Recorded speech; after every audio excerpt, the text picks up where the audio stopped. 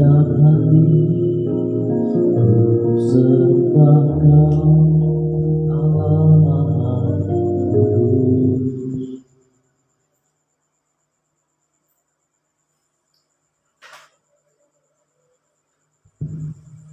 Selamat pagi, selamat bersekutu kembali di dalam kasih Tuhan kita Yesus Kristus. Di pagi yang indah ini kita akan kembali datang kepada Tuhan. Kita akan memuji Tuhan dengan pujian saat pagi hariku datang lagi.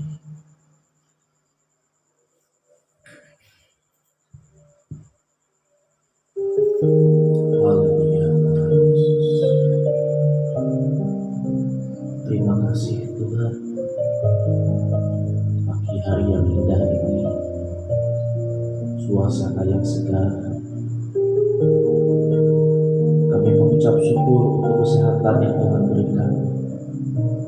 Terima kasih Tuhan. Haleluya Tuhan Yesus. Saat pagi hariku datang lagi, menghadap Tuhan dan rendahkan diri, mengucap syukur buat hari yang Kau beri, memuji Tuhan dengan sepenuh hati. Saat pagi hariku datang lagi,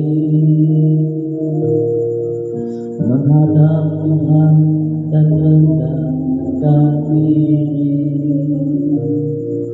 mengucap syukur buat hari yang Kau beri,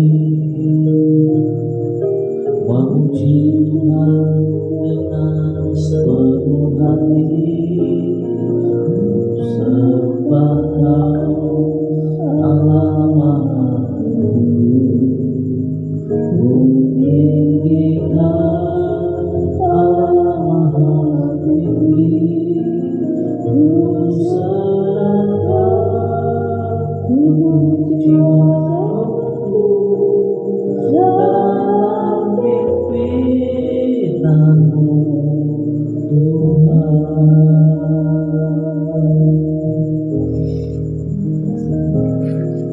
Saat pagi hariku datang lagi,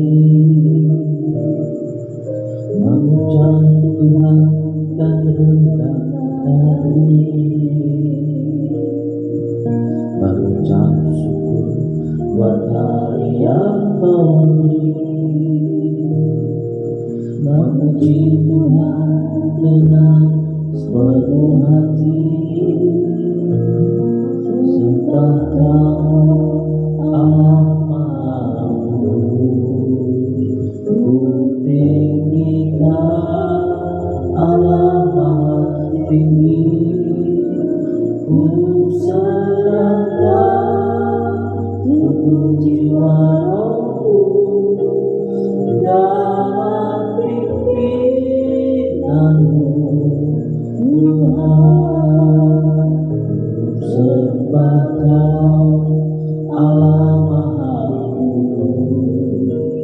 Ku tinggikan, Allah Maha tinggi.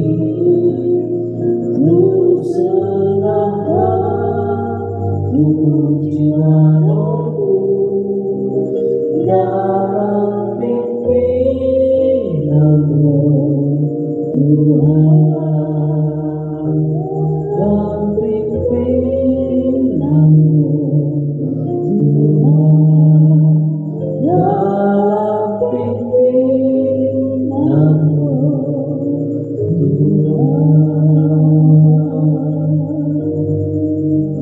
Haleluya Yesus, terima kasih. Kami mengucap syukur Tuhan Yesus. Haleluya. Bapa di dalam kerajaan surga, pada pagi hari ini kembali kami datang kepada Tuhan. Kami datang dengan ketulusan hati kami. Kami datang dengan kerendahan hati kami, supaya kami senantiasa hidup di dalam kasih karunia Tuhan, hidup di dalam anugerah Tuhan. Tuhan Yesus, pada pagi hari ini Tuhan, kami merindukan kasih Tuhan boleh mengalir di dalam kehidupan kami sekeluarga. Ajarkan kami untuk selalu merindukan kasih yang daripada Tuhan.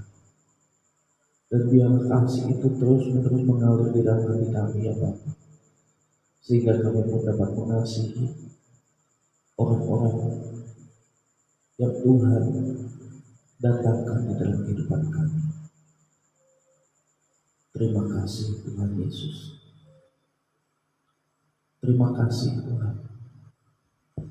Kami mengucap syukur untuk setiap kebaikan Tuhan, untuk setiap kemurahan Tuhan, sepanjang malam yang telah kami lalui, sepanjang aktivitas yang telah kami lakukan. Kami senantiasa mengucap syukur kepada Tuhan. Bapa, kami tidak tahu apa yang terjadi di depan kami, tetapi kami mohon pimpinan Tuhan, kami mohon pertolongan Tuhan, kami mohon perlindungan Tuhan, bahkan berkat-berkat Tuhan dicurahkan atas kehidupan kami sekeluarga. Terima kasih Tuhan Yesus.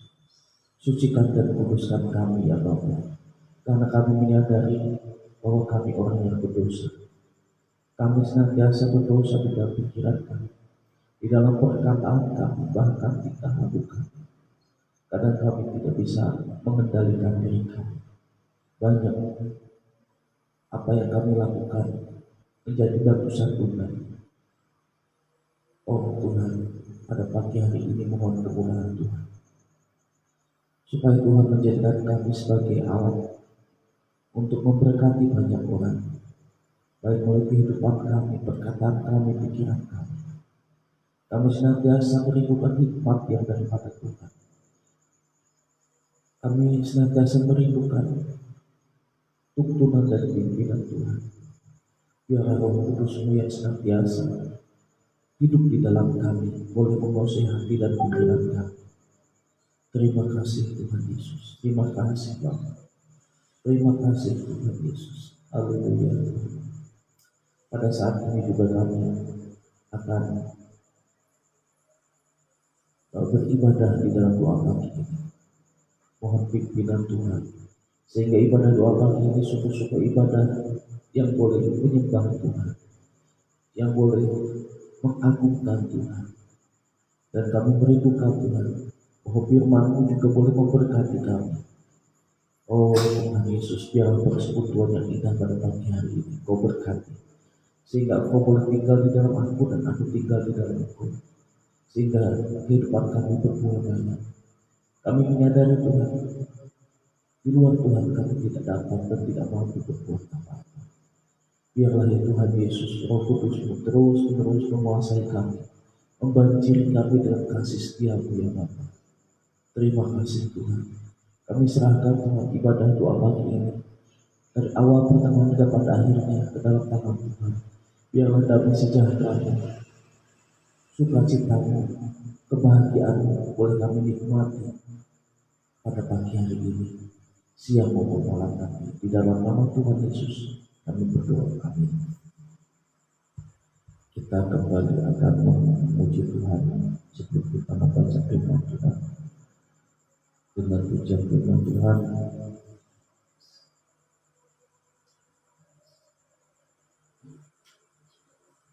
jiwaku haus.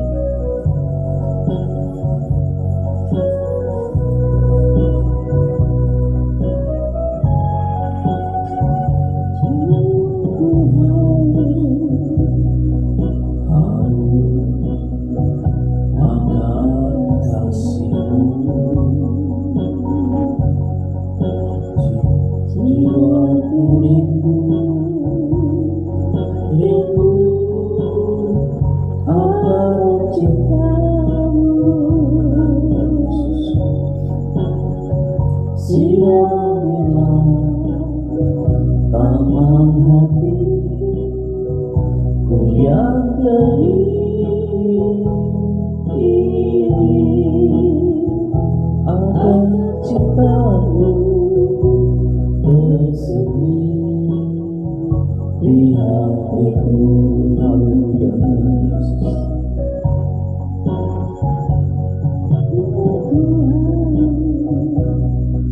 Mau akan kasihmu,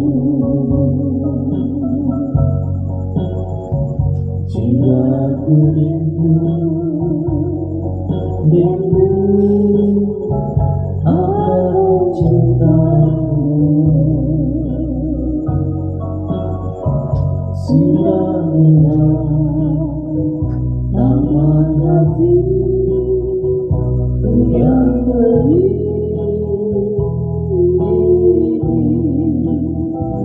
agar cintamu bersemi di hatiku.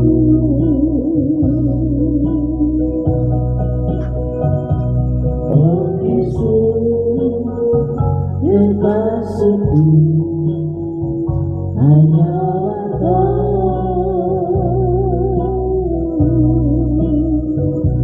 Namamu kan puji di hatiku.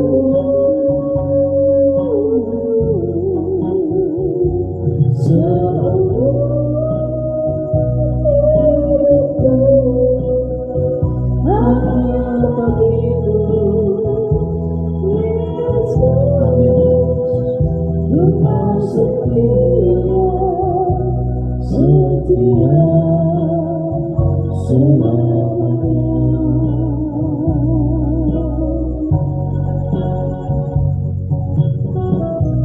Terima kasih. Haleluya.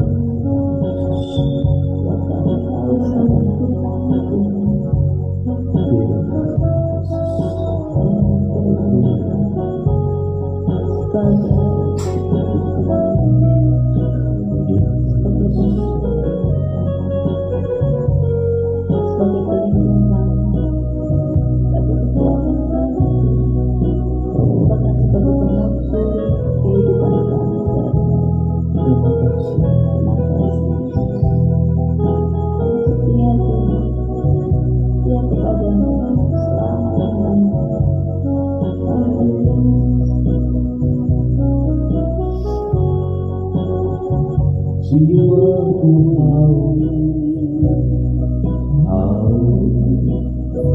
akan kasihmu, jiwaku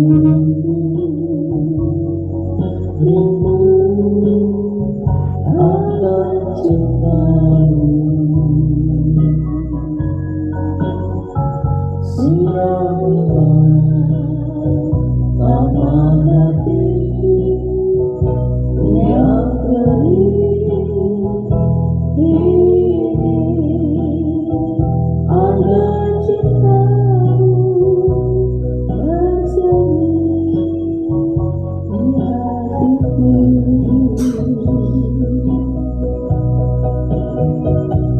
Oh Yesus, kekasihku, hanyalah Kau.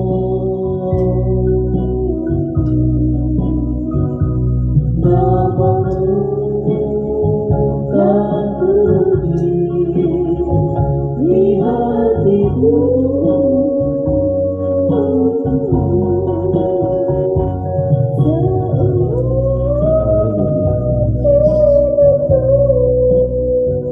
Hanya bagimu, Yesus, dengan setia, setia selamanya.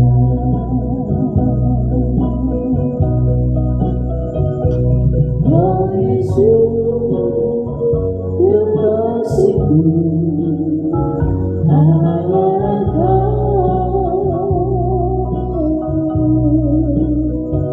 Namamu kan puji di hatiku.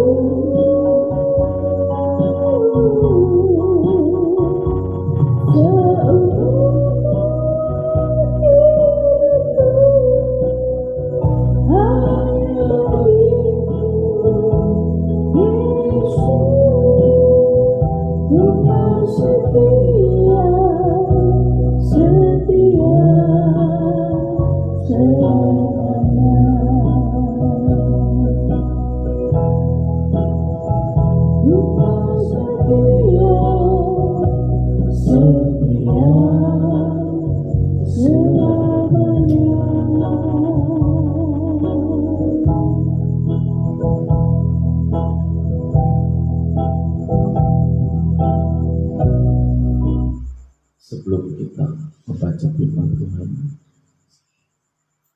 saya mohon kesediaan untuk menjadi berdoa. Kita bersyukur Tuhan karena kasih-Mu, kebaikan-Mu. Kami boleh datang kepada Engkau Tuhan, boleh menyatakan isi hati kami, boleh menyatakan kehausan, kelaparan kami akan firman-Mu yang menjadi kekuatan kami. Tuhan, kami hanya ingin Engkau yang bertata atas kehidupan kami, atas kerinduan kami, karena dengan Engkau yang bertata di dalam kehidupan kami ke depan ada dalam topangan kasih Tuhan, kehidupan kami ke depan ada di dalam perlindungan Tuhan, kehidupan kami ke depan ada di dalam petunjuk-petunjuk-Mu yang salah Kau luruskan, supaya kami boleh berada dalam kebenaran-Mu yang semena-mena dalam kehidupan kami. Engkau membuat kehidupan kami kembali kepada jalan-Mu yang kurang berkenan di hadapan-Mu. Engkau tegur kami Tuhan. Kami bersyukur punya Allah seperti Engkau, karena dengan kami haus dan lapar akan firman-Mu.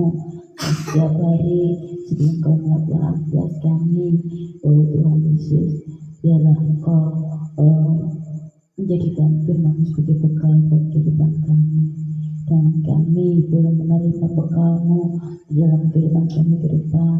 Sebelum kami melangkahkan kaki kami yang pertama dari yang baru ini Tuhan, biarlah Tuhan Kau kuasai kami, Kau lingkupi kami dengan kuat kuasa Roh Kudus-Mu, dengan kuat kuasa firman-Mu, sehingga kami siap benar-benar mengenai baca firman-Mu, merenungkan firman-Mu, bahkan melakukan firman-Mu. Terima kasih Tuhan, tanpa Engkau kami tidak berarti, tanpa Engkau kami bukan siapa-siapa, tanpa Engkau Tuhan kami tidak bisa melakukan perkara besar. Kami bersama Engkau kami mampu melakukan segala sesuatu di dalam pimpinan Tuhan.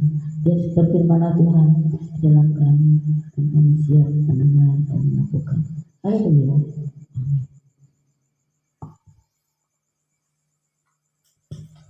Ya, terima kasih untuk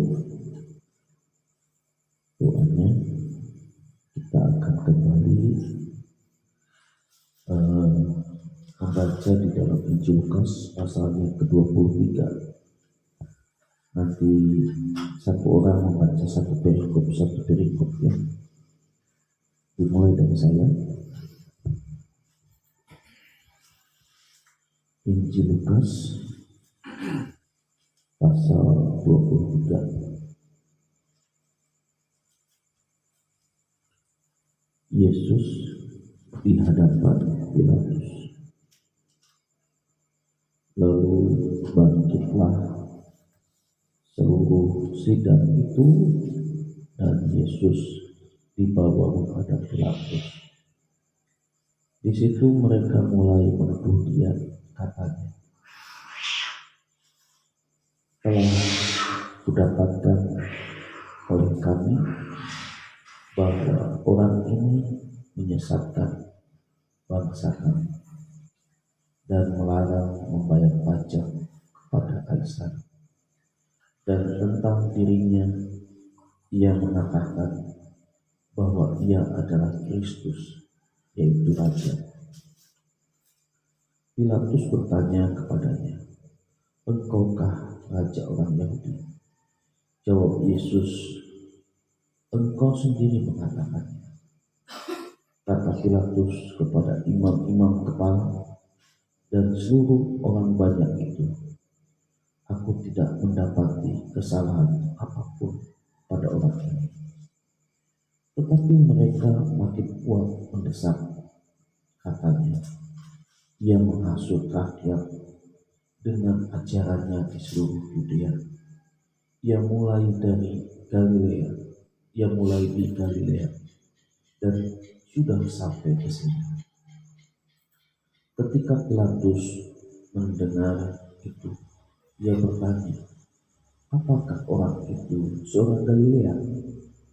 Dan ketika ia tahu bahwa Yesus orang dari wilayah Herodes, ia mengirim dia menghadap Herodes, yang pada waktu itu ada juga di Yerusalem. Yesus di hadapan Herodes.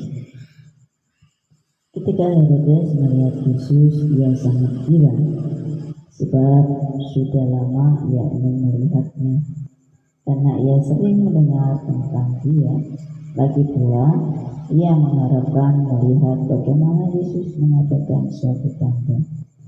Ia mengajukan banyak pertanyaan kepada Yesus, tetapi Yesus tidak memberi jawaban apapun. Sementara itu, imam-imam kepala dan ahli-ahli Taurat maju ke depan dan melontarkan tuduhan-tuduhan yang berat terhadap dia. Maka mulailah Herodes dan pasukannya menista dan mengolok-olokkan dia. Ia mengenakan jubah kebesaran kepadanya lalu mengirim dia kembali kepada Pilatus. Dan pada hari itu juga bersahabatlah Herodes dan Pilatus, sebelum itu mereka bermusuhan. Yesus dibawa untuk disalibkan. Ketika mereka membawa Yesus, mereka menahan seorang yang bernama Simon dari Kirene, yang baru datang dari luar kota, lalu diletakkan salib itu di atas bahunya, supaya dipikulnya sambil mengikuti Yesus. Sejumlah besar orang mengikuti dia, di antaranya banyak perempuan yang menangisi dan meratapi dia. Yesus berpaling kepada mereka dan berkata, "Hai putra-putri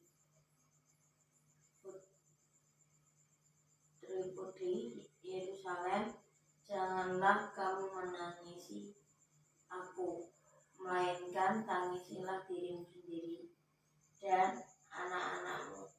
Sebab lihat, akan tiba masanya orang berkata, berbahagialah perempuan mandul dan yang rahimnya tidak pernah melahirkan, dan yang susunya tidak pernah menyusui. Maka orang akan mulai berkata kepada gunung-gunung, runtuhlah menimpa kami, dan kepada bukit-bukit timbunilah kami. Sebab jika orang berbuat demikian dengan kayu hidup, apakah yang akan menjadi dengan kayu kering? Dan ada juga digiring dua orang lain, yaitu dua penjahat, untuk dihukum mati bersama-sama dengan dia.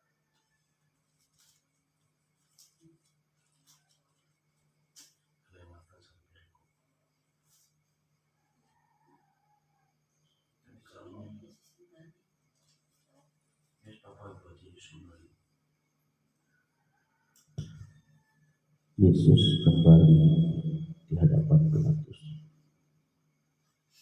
Lalu Pilatus mengumpulkan imam-imam kepala dan pemimpin-pemimpin serta rakyat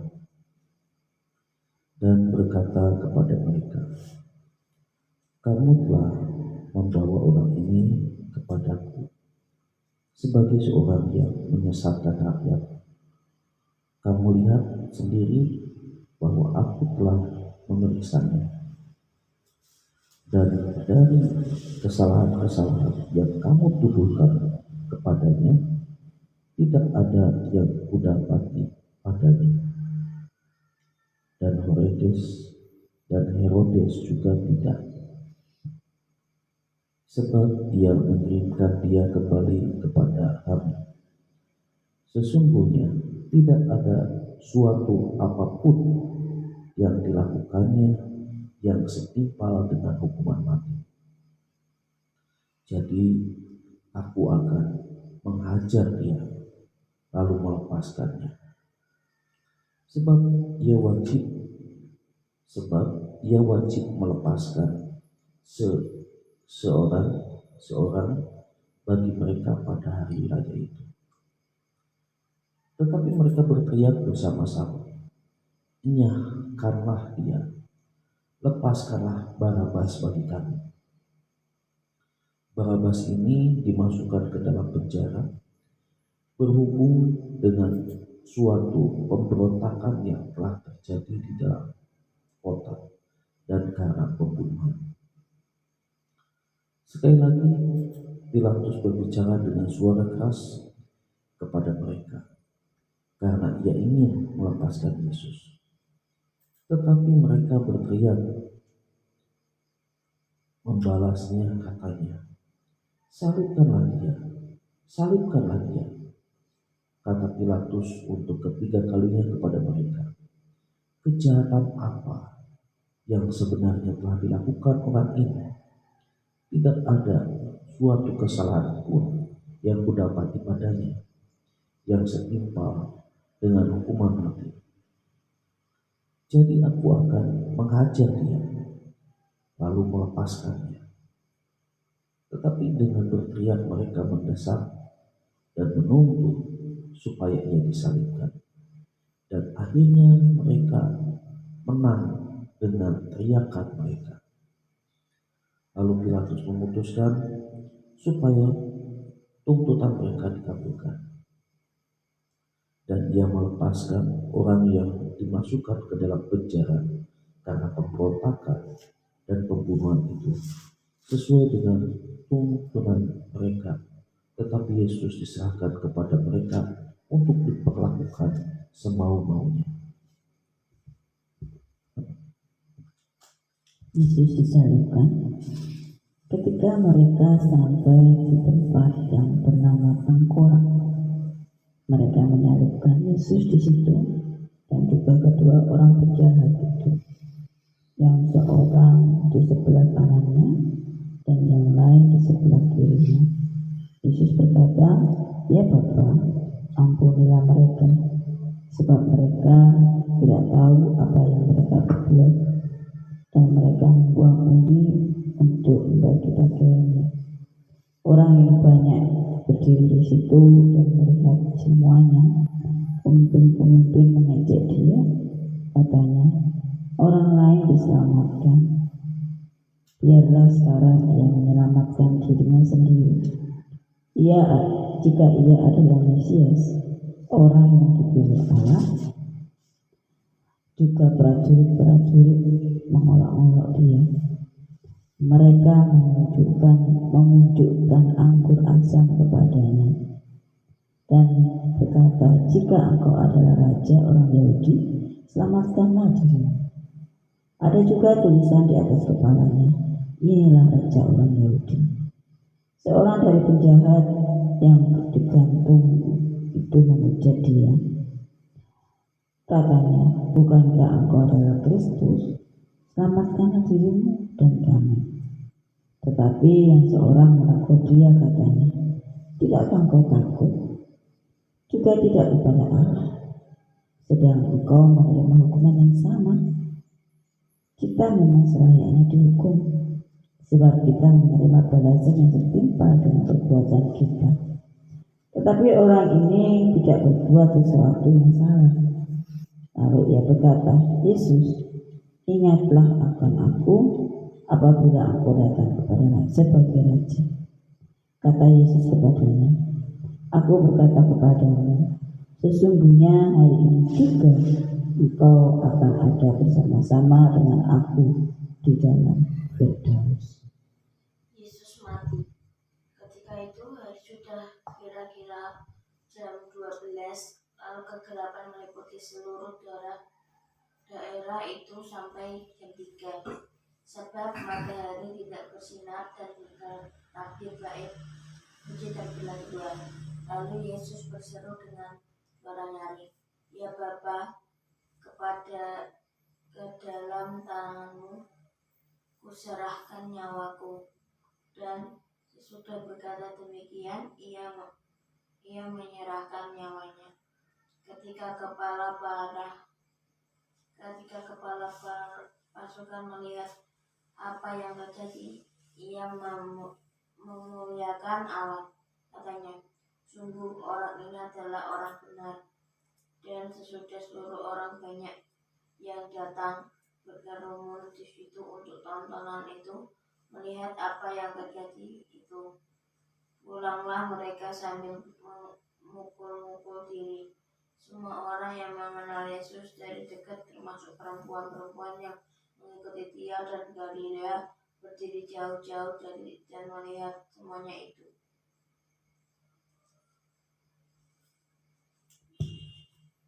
Yesus dikuburkan adalah seorang yang bernama Yusuf. Ia anggota majelis besar dan seorang yang baik, lagi benar. Ia tidak setuju dengan pemutusan dan tindakan majelis itu. Ia berasal dari Arimatea, sebuah kota Yahudi, dan ia menanti-nantikan kerajaan Allah. Ia pergi menghadap Pilatus dan meminta mayat Yesus. Dan sesudah ia menurunkan mayat itu, ia mengapaninya dengan kain merah, lalu membaringkannya di dalam kubur yang digali di dalam bukit batu, di mana belum pernah dibaringkan mayat. Hari itu adalah hari persiapan dan Sabat hampir mulai. Dan perempuan-perempuan datang bersama-sama dengan Yesus dari Galilea, ikut serta, dan mereka melihat kubur itu dan bagaimana mayatnya dibaringkan. Dan setelah pulang, mereka menyediakan rempah-rempah dan minyak murah. Amin. Ya, sedemikian jauh pembacaan firman Tuhan kita pada pagi hari ini. Kita akan memasuki waktu berbagi berkat firman Tuhan yang kita akan bagikan berkat-berkat apa saja yang kita terima ketika kita membaca firman Tuhan. Mulai dari baginya, dari bagian ada Bu Mary, silakan.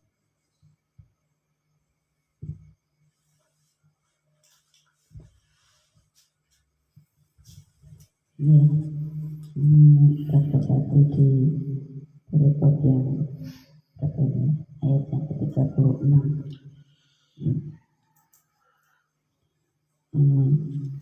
Di sini ada demikian juga prajurit-prajurit mengolok-olokkan dia. Mereka menunjukkan anggur asam kepadanya dan berkata, jika engkau adalah raja orang Yahudi, selamatkanlah dirimu. Ya. Ada juga tulisan di atas kepalanya, inilah raja orang. Kalau kita melihat dari tidak jauh dari Allah, ya, tidak jauh dari Allah itu kan Allah itu imanan, transenden, ya kan, 100% Allah, 100% manusia. Supaya tidak silau kan dengan Allah, karena ada istilah seperti itu, ya, tidak silau dengan Allah. Nah, makanya Yesus itu datang ke dunia bahkan sampai kepada kematian. Kalau kita melihat peristiwa ini, mereka itu tidak melihat, bahkan mereka menutup diri. Sudah tahu ketika banyak dari mereka yang ngetes Tuhan, mencobai Tuhan, ternyata mereka tidak bisa. Tuhan Yesus tetap memberitakan kebenaran Allah, bahkan membuat mereka tidak bisa menjawab, ya kan? Bahkan orang pintar apapun, ya, sepihak apapun, sepemahaman mengenai Taurat ya, mengenai hukum-hukum ya Yahudi. Ya. Tuhan bisa menjawab. Bahkan Tuhan banyak trik yang dikerjakan sehingga mereka berpikir kembali, oh ya, ternyata benar. Namun ini karena gengsinya, ya, karena gengsi mengakui bahwa kelebihan mereka ternyata lebih tinggi daripada Yesus, dan Yesus tetap menunjukkan kerendahan hatinya. Yesus juga memiliki ketegasan juga. Ada waktu Tuhan Yesus tegas, ada waktu Tuhan Yesus itu diam, ya kan? Ada waktu Tuhan Yesus membuat mereka berpikir sendiri. Ya. Nah di sini justru dalam proses penyaliban Tuhan Yesus, di sini kita melihat bahwa prajurit-prajurit menolak dia. Mereka menunjukkan anggur asam. Kalau kita bisa membayangkan, ya, bisa membayangkan peristiwa pada waktu itu bagaimana garamnya mereka, ya kan? Bagaimana pemikiran potong korek apinya mereka. Ya. Wujud ini kan dipakai dengan orang-orang pintar, ya kan? Pada orang-orang pintar. Orang pintar biasanya tuh nggak berani bekerja sendiri, ya kan? Tapi pakai mereka yang potong korek api di sini.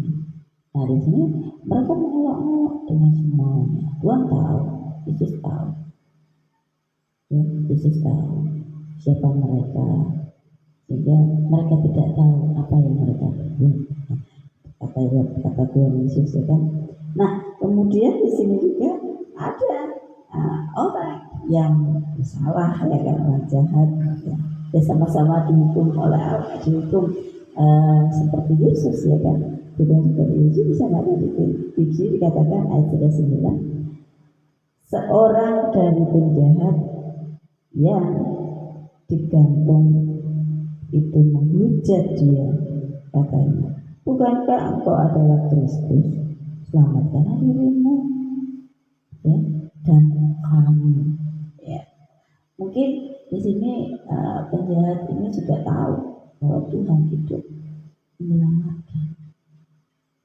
Loh, tapi kenapa kok Tuhan disalibkan? Hanya dia ada satu hujatan dalam dirinya. Katanya dia Tuhan, katanya dia Kristus. Kenapa dia disalibkan? Nah, sekalian, bukankah engkau Kristus? Selamatkanlah dirimu dan kami. Ya. Berbuat seenaknya minta selamatan dari Tuhan, kayak gitu. Sudah seperti itu tidak mengucap syukur lagi, malah mengucap, bukankah engkau Kristus? Ya. Kemudian dikatakan seorang lagi yang menegur dia, katanya, tidakkah engkau takut jika juga tidak kepada Allah, sedang engkau menerima hukuman yang sama?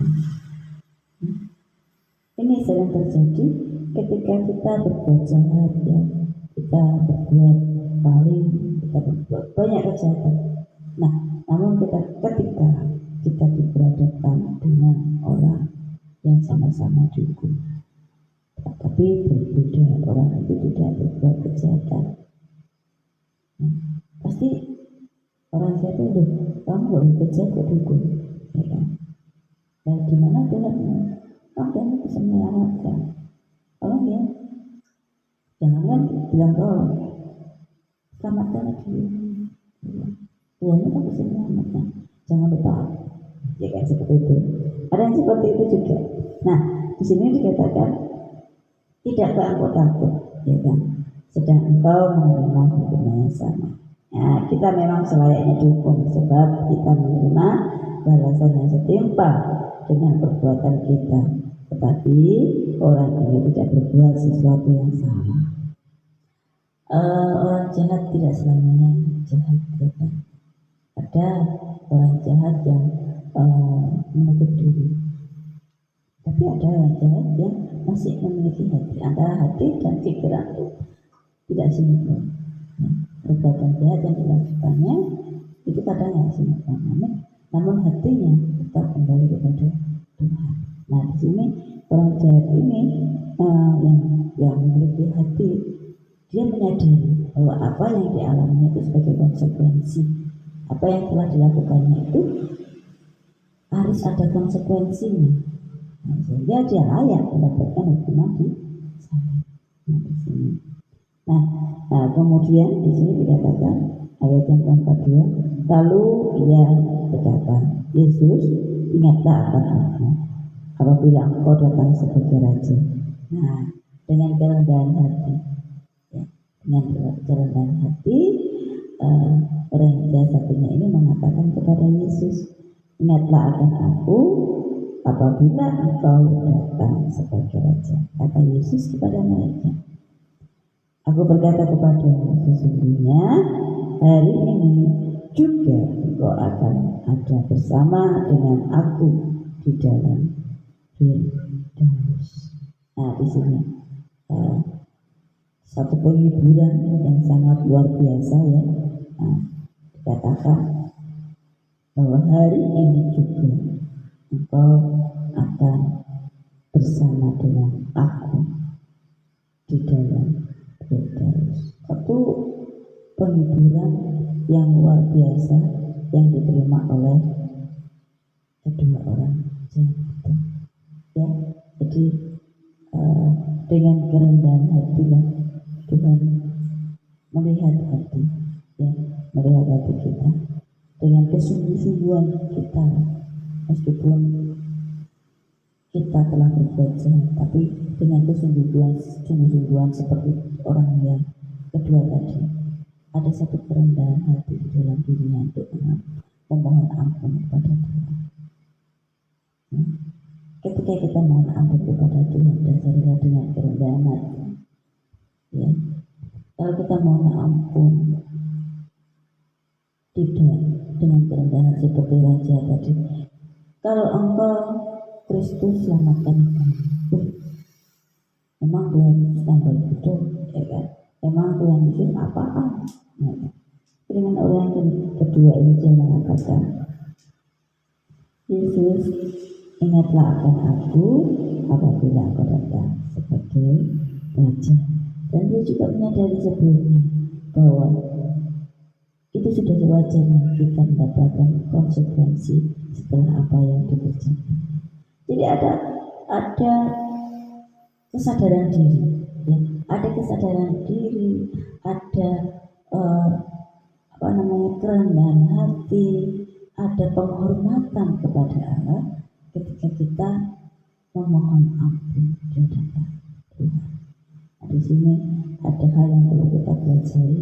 Mari kita sungguh-sungguh ketika kita mohon ampun kepada Tuhan seperti orang jahat yang menyadari kelemahannya tadi. Jangan seperti orang jahat yang tidak menyadari kelemahannya.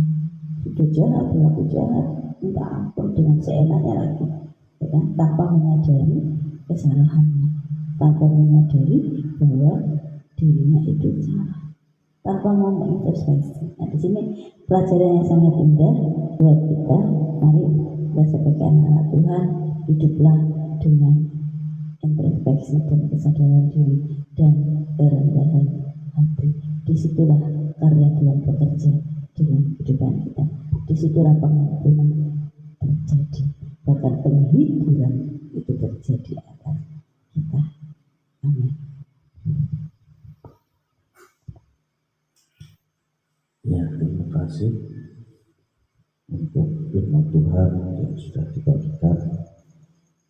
Dan di dalam Lukas pasal 23 ini kita melihat ya bagaimana Yesus diperhadapkan ke Pilatus yang pada intinya memang tidak ada satupun kesalahan yang menyebabkan dia harus dihukum mati. Dia bersih, dia tidak berdosa, dia orang benar. Terus Yesus dihadapkan ke Herodes, sama juga Herodes tidak mendapat kesalahan apapun pada diri Tuhan Yesus. Yesus kembali dihadapkan ke Pilatus. Ya, Pilatus berusaha untuk membebaskan Yesus karena tidak ada alasan-alasan yang harus menyebabkan Yesus itu disalibkan. Yesus dibawa untuk disalibkan. Jadi Yesus disalibkan itu karena teriakan mereka, teriakan orang-orang Yahudi. Ya. Kemudian Yesus dibawa untuk disalibkan, kemudian Yesus disalibkan, Yesus mati, dan Yesus dikuburkan.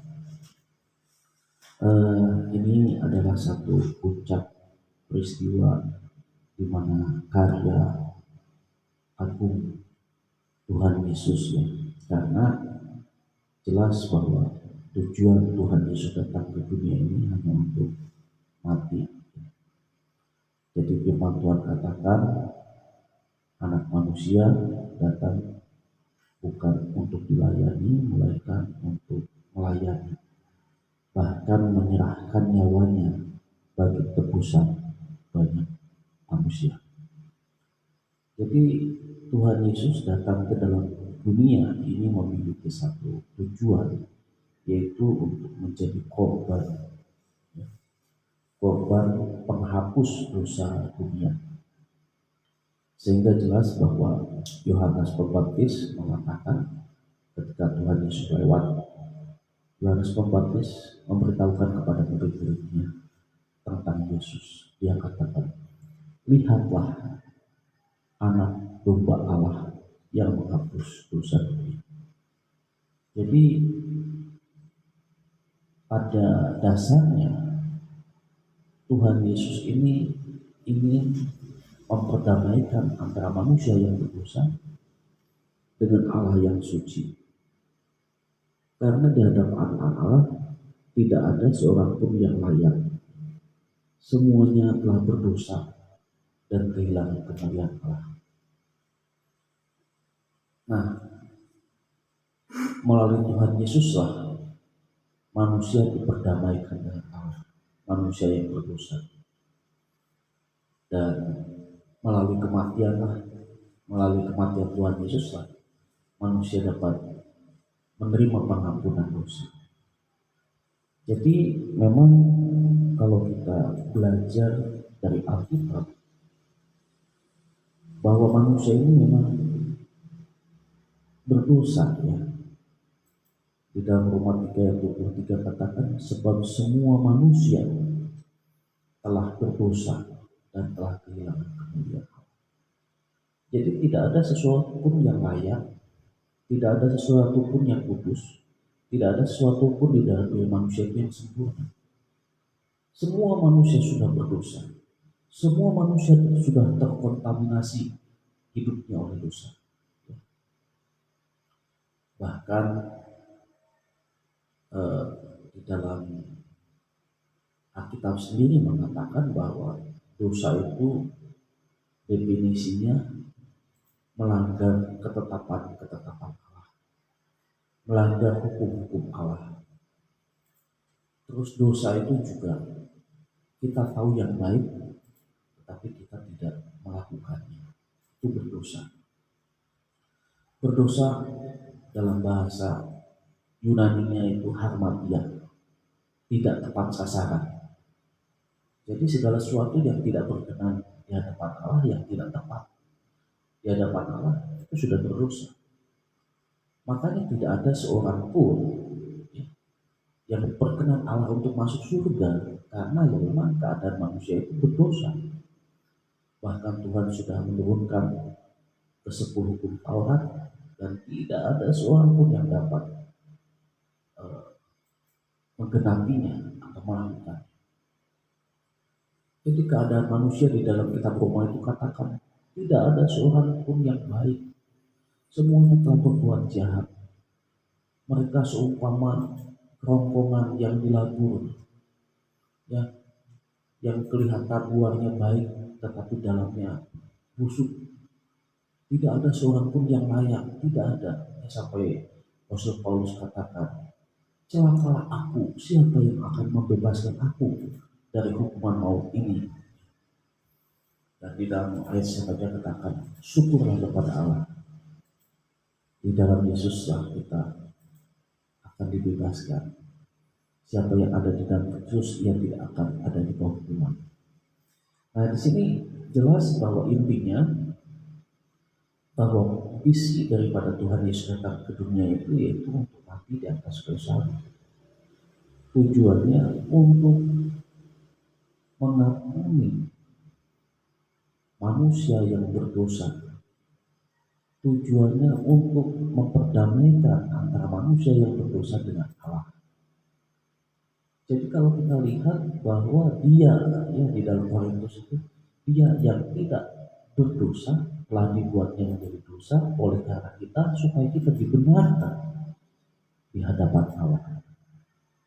Jadi betapa agungnya karya Tuhan Yesus Kristus itu mati di atas kayu salib.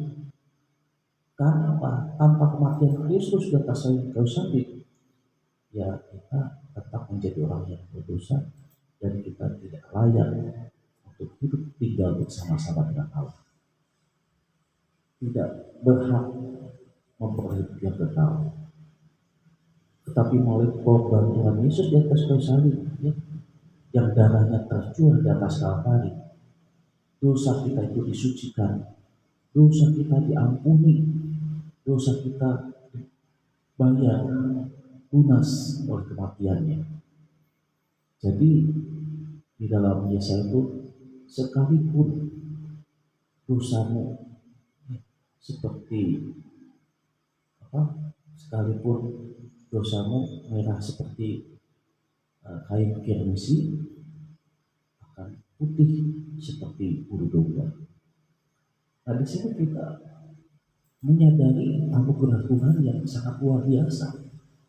Kita itu yang seharusnya dihukum, disalibkan karena keberdosaan kita, tetapi Tuhan Yesus sudah mau menggantikan kita sehingga kita yang seharusnya disalib malah digantikan oleh Tuhan Yesus. Nah, sampai sekarang pun manusia masih tetap bergumul dengan dosa. Dan semakin orang bergumul dengan dosa, dia semakin melihat di dalam dirinya itu tidak ada sesuatu pun yang baik. Di dalam dirinya itu tidak ada sesuatu pun yang sempurna.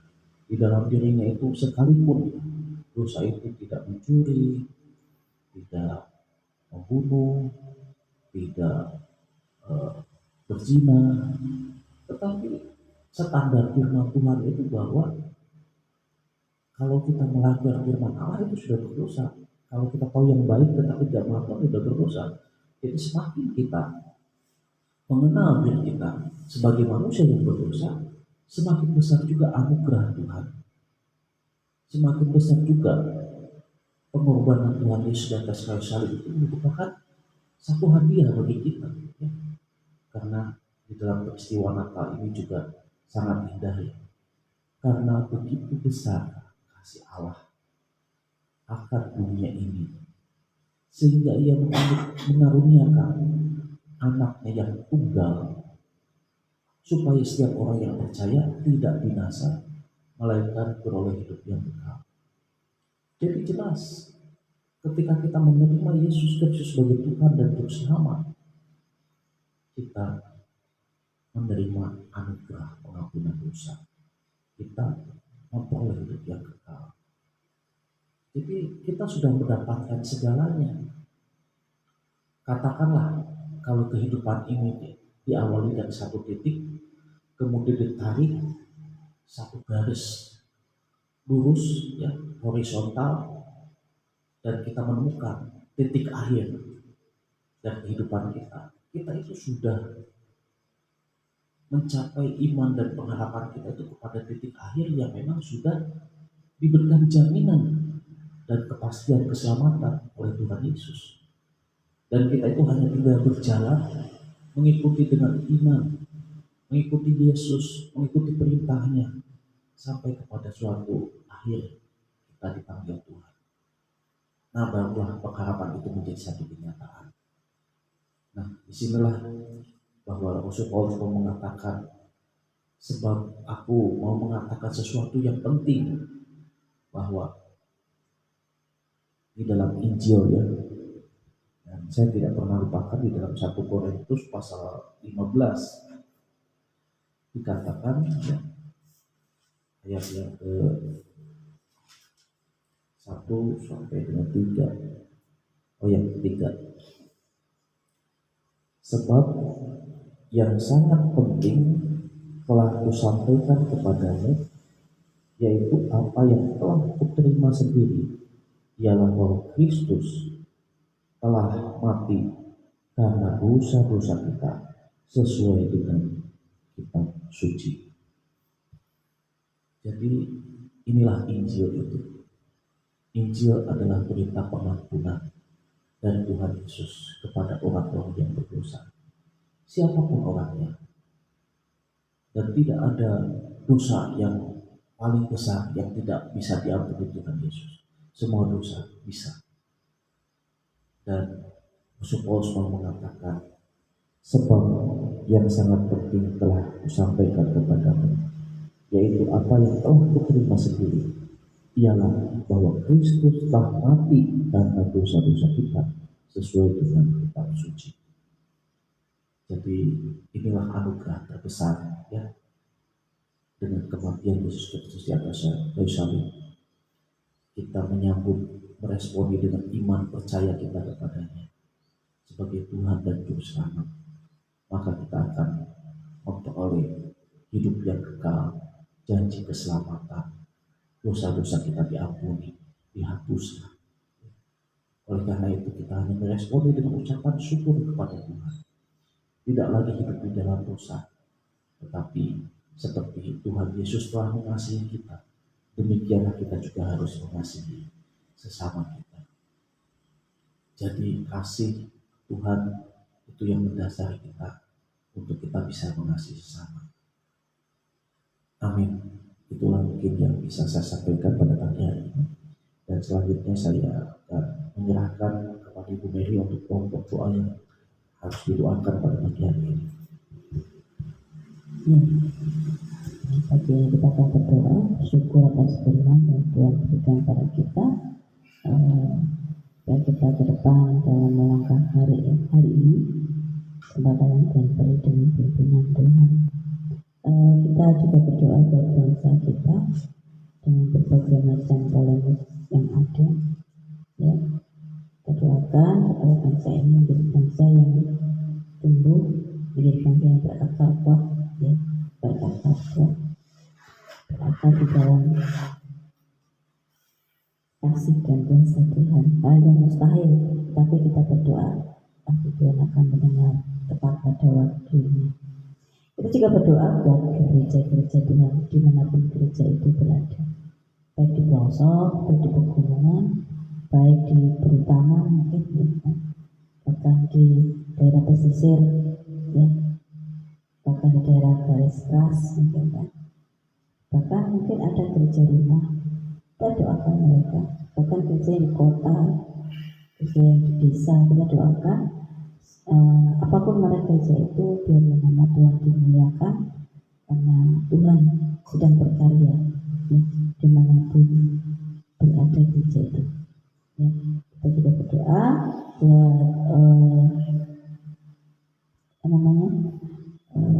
hamba-hamba Tuhan, ya, dimanapun mereka berada dalam pelayanannya, mungkin juga full time, part time, kita doakan mereka. Dan yayasan-yayasan Kristen, perusahaan-perusahaan Kristen, kita doakan, ya, supaya mereka tetap memuliakan Tuhan. Para misionaris pun kita doakan jangan lupa, karena dengan demikian kita terus hidup saling mendoakan. Nah, kita juga berdoa buat gereja Tuhan, ya, baik di GKMI seluruh Indonesia, ya, dimanapun mereka berada, baik di Kubra pun, ya, kita doakan mereka supaya Tuhan tetap menjaga mereka tetap menjaga kemurnian dengan pertolongan Tuhan, kemurnian iman, ya, supaya benar-benar merasakan kehadiran Tuhan, merasakan pertolongan Tuhan. Kita juga berdoa buat gereja Tuhan di tempat ini, GKM Pejangan, yang sudah Tuhan berdayakan dari tahun 50 sampai sekarang masih berdiri. Biarlah di usia yang akan 21 ini yang sudah tua ya, sudah tua, tidak jomblo ya kan, tidak jomblo, tapi ibaratnya bisa berkembang baik secara kualitas, baik secara gedung, mungkin bisa punya cabang di mana kan. Sehingga keluarga ini keluarga GKM Pecangan ini benar-benar memiliki satu hal kegerakan ya, kegerakan karena GKM itu bergerak dan berdampak ya. Kegerakan bagaimana itu gereja ini boleh berkembang. Kita juga berdoa buat seluruh anak-anak Tuhan, baik hamba Tuhan, baik majelis, baik juga jemaat Tuhan ya, doakan mereka semua biar mereka boleh hidup saling mengasihi, saling menuntun, saling menjaga, saling menopang satu dengan yang lain, dan saling mendoakan tentunya. Kita berdoa buat jemaat Tuhan yang sakit ya, doa tetap kita berdoa buat Pak Harno yang saat ini masih dirawat di Madirahayu. Biar Tuhan tolong, biar Tuhan katakan yang terbaik buat hambanya, dan Pak Harno boleh merasakan kekuatan Tuhan ya, karena Pak Harno mengandalkan segala sesuatunya kepada Tuhan ya. Biarlah membuka hati untuk Tuhan karya dalam kehidupannya, terutama sakit penyakit yang dialaminya. Demikian juga kita berdoa buat Bu Harno yang menjaga, merawat, agar Bu Harno boleh mendapatkan kekuatan dari Tuhan dan kesehatan dari Tuhan. Kita juga berdoa buat anak-anaknya ya, dan dia mengabdi kepada orang tuanya. Kita juga berdoa buat Pak Yudo, kemudian juga Pak Tagar, Pak Boyan, Pak Budi Kristianto ya, dalam masa pemulihannya. Demikian juga Bapak dan Ibu Sarjono, kita doakan supaya mereka tetap kuat di dalam Tuhan. Berdoa juga buat jemaat Tuhan lansia ya, kita berdoa buat mereka yang sedang bergumul di masa fisiknya yang berkurang kekuatannya, biarlah mereka tetap setia taat kepada Tuhan. Berdoa buat Bisi Pangestu ya. Demikian juga buat Bapak Ibu Suradi, Bapak Ibu Sunani ya, Bugis ini. Demikian juga Bapak Nise, Bu Lazarus, Bu Giono, Bapak Ibu Gogo, Bu Cindy ya. Demikian juga Bu Elja yang masa kesehatannya semakin hari semakin berkurang karena usia ya. Berdoa juga buat Bu Arianta, demikian juga Bu Kustantina Menasodo, demikian Bapak Ibu Budi Rasono, Cikwa, dan juga Pak Bu Esther Pirono, Bu Eko, Bu Halim, Bu Chandra ya, Bu Fitriani, Bapak Ibu Suwarto, Bapak Gianto, demikian juga Bapak Ibu Joko, Martin ya, Martin sendirian tinggal di Purwokerto. Berdoa juga Bu Rusdan ya. Demikian juga kita berdoa buat Ibu Juni.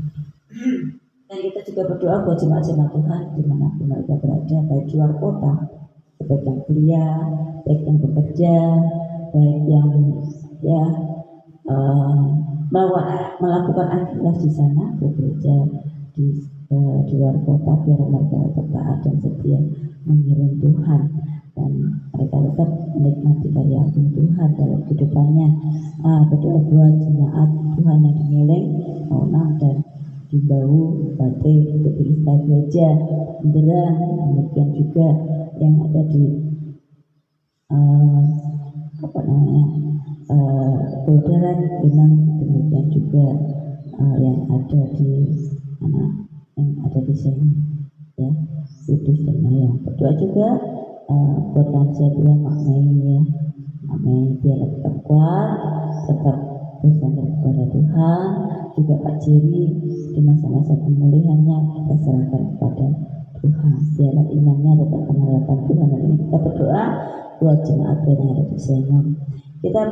Sebelum kita berdoa, kita akan pujikan satu pujian doa mengubah segala sesuatu, dan jangan lupa kita berdoa buat panitia Natal.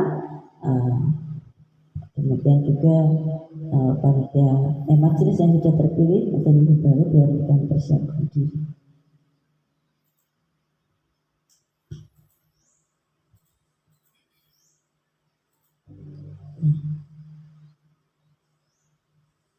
Nanti doa penutup diserahkan kepada Pak Teddy.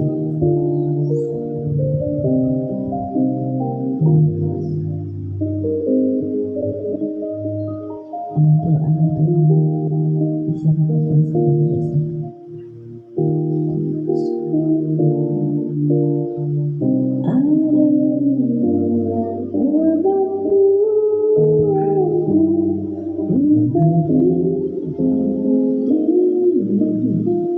Mencarimu, doamu mengubah segala sesuatu.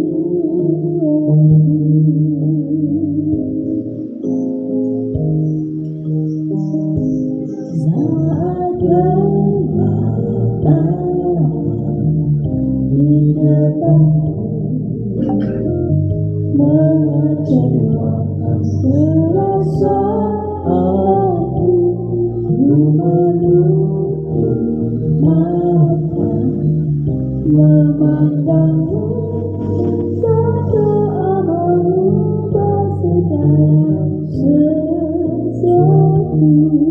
Doa orang benar bila didoakan dengan yakin besar kuasanya, dan dia doa yang lahir dari iman berkuasa menyelamatkan.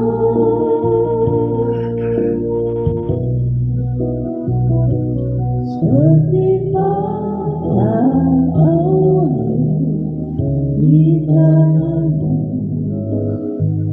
mengalir kemanapun kau mau, tiada yang mustahil di matamu. Doa mengubah segala sesuatu.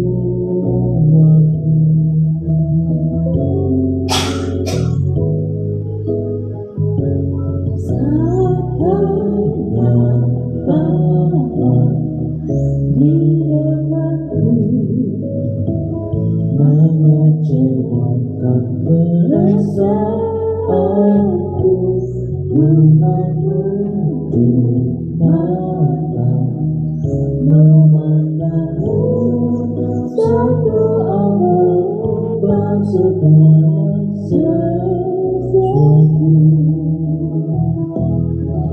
Doa orang benar bila didoakan dengan yakin besar kuasanya,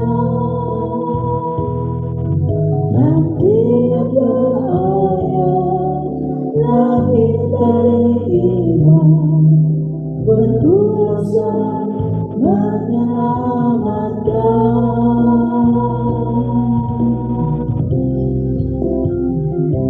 Seperti padang air di tanganmu, mengalir kemanapun kau mau, tiada yang mustahil di matamu. Doa mengubah segala sesuatu.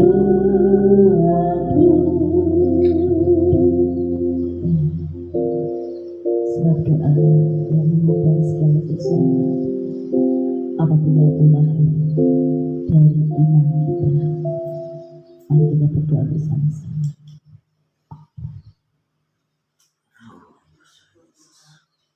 Karena kebaikan kasih anak yang berada seperti yang belum bisa syukur karena firman dan firman Tuhan memegang Tuhan untuk menjadi pelaku tanpa Engkau Tuhan kami tidak bisa melakukan sesuatu. Tuhan jadikanlah kehidupan kami Terima kasih Tuhan Yesus. menjadi benar kehidupan kami sampai dalam diri Tuhan.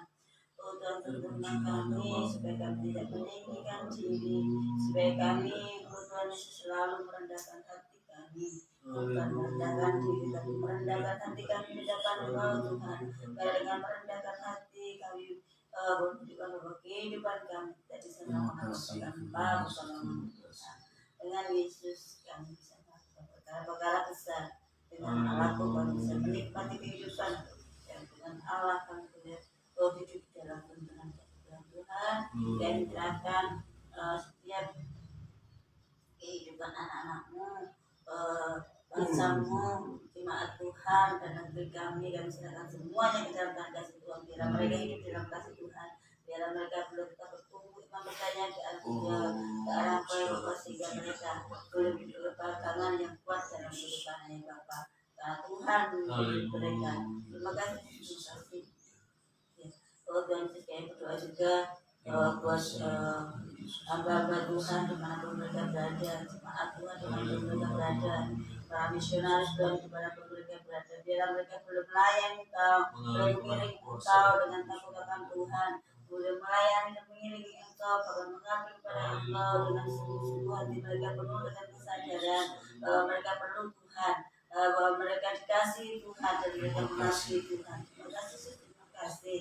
Kami juga berdoa Tuhan buat setiap jemaat Tuhan saat ini sedang bertemu dengan sakit penyakit pasarno Tuhan, rumah sakit operasi mati daya Tuhan, berjamaah memberikan kekuatan dan kesembuhan buat abang ini.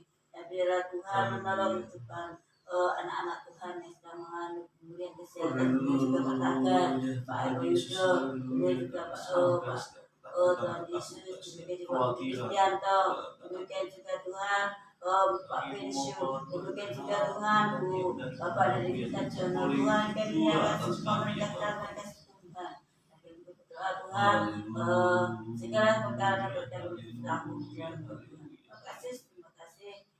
Terima kasih Buat Tuhan Yesus, gereja-gerejamu di GKMI seluruh Indonesia, biar aku jamaah, bahkan di PKMI, biar mereka boleh benar-benar memiliki natur yang kuat dalam Engkau Tuhan. Tuhan Yesus, bagaimana mereka belum melayani Engkau Tuhan, bagaimana mereka belum memahami sesuatu di sini Bapak, sehingga bukan sesuatu yang berbeda seperti itu, tapi sesuatu yang benar-benar seperti itu Tuhan. Terima kasih, terima kasih Tuhan buat Tuhan Yesus, jemaatmu yang ada di Mileng, jemaat Tuhan yang ada di Tahunan, jemaat Tuhan yang ada di Tuhan Yesus Bate, di Bau, demikian juga di Istana Gereja, demikian juga Bundaran yang ada di Genang, Tuhan yang ada di Tuhan Yesus yang ada di Bola Darat, Tuhan. Tuhan Yesus saat ini kami berdoa buat semuanya sama dua pondok Semayang, berkati Pak kasih keluarga dan cuma yang berkati Tuhan, dan juga pertemuannya yang diserahkan kepada Engkau. Biarlah kehidupannya kembali kepada jalan kami. Berdoa Tuhan buat para jemaat ini, biarlah mereka boleh hidup di dalam kasih Tuhan. Kami juga berdoa pada saat ini buat kehidupan Bapak dan Ibu Andoya, Bapak, biarlah kehidupan di masa usia lansianya mereka boleh tetap hidup di dalam kasih kemurahan Tuhan. Kami juga berdoa Tuhan buat kehidupan Bapak Ibu Joko, Ibu Mitra dan anak-anaknya, jemaatnya, demikian juga Pak Santoso Tuhan, dan juga istri, anak-anaknya, usahanya kami serahkan dalam tangan kasih Tuhan. Demikian juga Bu Joni, anak-anaknya, cucu mantunya, kami serahkan ke dalam Tuhan. Biarlah mereka boleh bersuka cita karena Tuhan memelihara kehidupan mereka. Tuhan, kami juga berdoa buat Bu Rusdan dan juga anak cucu mantunya. Tuhan Yesus, serahkan mereka sepenuh dalam kasih Tuhan. Dan biarlah mereka boleh hidup di jalan-jalan Tuhan.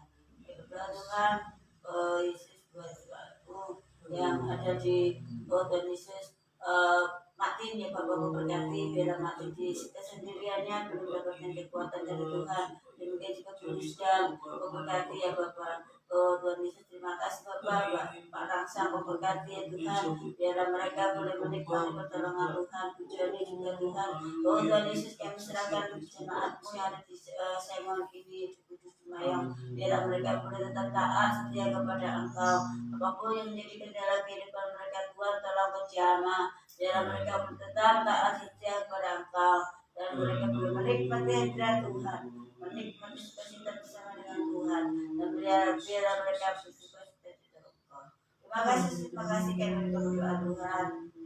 Tuhan, buat doa Tuhan yang saat ini sedang berkumpul dengan usianya ya Bapak, berkati Mak Mai, berkati Bu Halim, memberkati juga dengan Bu Chandra, memberkati Bapak Ibu Warto, Bapak Kiarto, Tuhan kau berkati juga Tuhan Bu Sepitono, dan biarlah Tuhan si Budi Pastor ya Bapak berkati juga Tuhan Yesus Bu Arianto, Bapak Ibu Skondo, Ibu Singge, Ibu Diana, juga jelas kesehatannya yang berkurang Tuhan kami menyatakan bahwa Kau baik, sungguh baik dan amat baik buat mereka ya Bapak, sehingga mereka boleh merasakan kemurahan kasih Tuhan. Kami juga berdoa Tuhan pada saat ini buat gereja PGKM Canaan ini, biarlah Kau memberikan iman percaya mereka ke dalam Kau Tuhan, dan mereka boleh merasakan pertolongan Tuhan, mereka boleh merasakan kasih kumpulan Tuhan. Terima kasih yang berdoa Tuhan buat jemaat-jemaat Tuhan yang sedang masa bergumul, biarlah mereka tetap mendapatkan pertolongan dari Tuhan. Tuhan Yesus kami juga berdoa, biarlah mereka boleh tetap setia kepada Engkau. Memberkati juga Tuhan Bishop Pangestu, memberkati Bu Gustini, Bu Hasen, demikian juga Mukim, memberkati juga Tuhan Yesus Bu Tarmise, Bu Gustantina. Tuhan Yesus biarlah mereka boleh hidup di dalam karya agung Tuhan, mereka boleh merasakan pertolongan kasih Tuhan, dan mereka boleh berada di dalam pimpinan Tuhan. Juga Tuhan buat kami sekeluarga, biarlah Engkau tetap menuntun kami, tetap membawa kehidupan kami ke arah Tuhan. Terima kasih. Kami serahkan sedoa kami. Bapa kami yang bertata di dalam kerajaan surga, di dalam nama Tuhan Yesus, sekali lagi kami menyerahkan untuk Natal Single Parent besok Sabtu tanggal 4 jam 5 sore di dalam tangan Tuhan. Berkatilah Tuhan Natal tersebut supaya berjalan dengan lancar, dengan baik, dan Single Parent boleh diberkati oleh Tuhan melalui ibadah Natal. Juga kami berdoa untuk besok Minggu tanggal 5 ulang tahun gereja. Tuhan juga menolong dan memberkati sehingga ulang tahun gereja dapat berjalan dengan baik, dengan lancar. Kau memberkati hamba Tuhan yang lain, Pak Joko, juga kau memberkati Komisi Perempuan supaya dapat melaksanakan segala sesuatu dengan pertolongan daripada Tuhan. Begitu juga seksi acara yang diserahkan kepada tim musik yang Pak Johan dengan menolong dan memberkati. Kami juga pada saat ini berdoa untuk Natal Bapak Kabupaten dengan juga menolong, memberkati sehingga Natal dapat berjalan dengan baik, dengan lancar. Begitu juga kehidupan kami di tempat ini. Tuhan tolong, Tuhan berkati. Kami pada saat ini juga menyerahkan jemaatmu ke dalam tangan Tuhan supaya tetap dibangun dengan kasih karunia Tuhan. Sekali lagi pahatmu juga kami serahkan ke dalam tangan Tuhan supaya Tuhan menjamah, menolong dan menyembuhkan. Kami pada saat ini menyerahkan setiap beban permasalahan ke dalam tangan Tuhan. Tuhan Yesus, terima kasih untuk pimpinan Tuhan sepanjang pagi yang telah kami nikmati beribadah di dalam acara doa pagi, dan biarlah Tuhan ibadah ini sungguh-sungguh boleh menjadi berkat bagi kami yang melakukannya, bagi yang sedang menyaksikannya, bagi yang mendengarkannya, bahwa Facebook, lewat YouTube, lewat IG, juga lewat grup WhatsApp. Tuhan menolong dan memberkati. Tuhan Yesus, kami mohon tuntunan Tuhan untuk kami boleh menjalani hari ini, hari Selasa, tanggal 30, supaya Tuhan memberkati kami sehingga kami dapat menikmati hari ini dengan baik. Setiap aktivitas kegiatan yang akan kami kerjakan juga Tuhan berkati, dan kami serahkan semuanya ke dalam perlindungan Tuhan. Tuhan menjadikan hari ini menjadi hari yang membahagiakan, sukacita dan sejahtera, bahkan suasana kerajaan Allah boleh kami nikmati di dalam setiap langkah kehidupan kami. Terima kasih Tuhan. Di dalam nama Tuhan Yesus kami berdoa. Amin.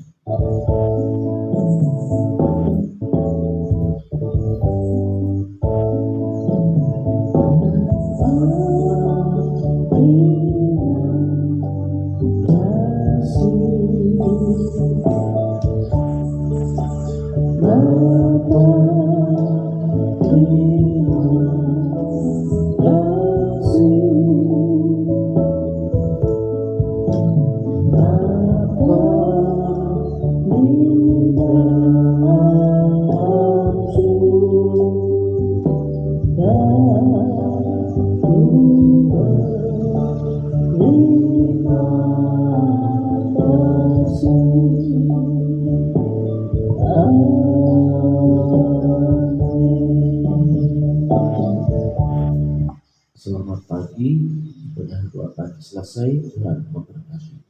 Haleluya.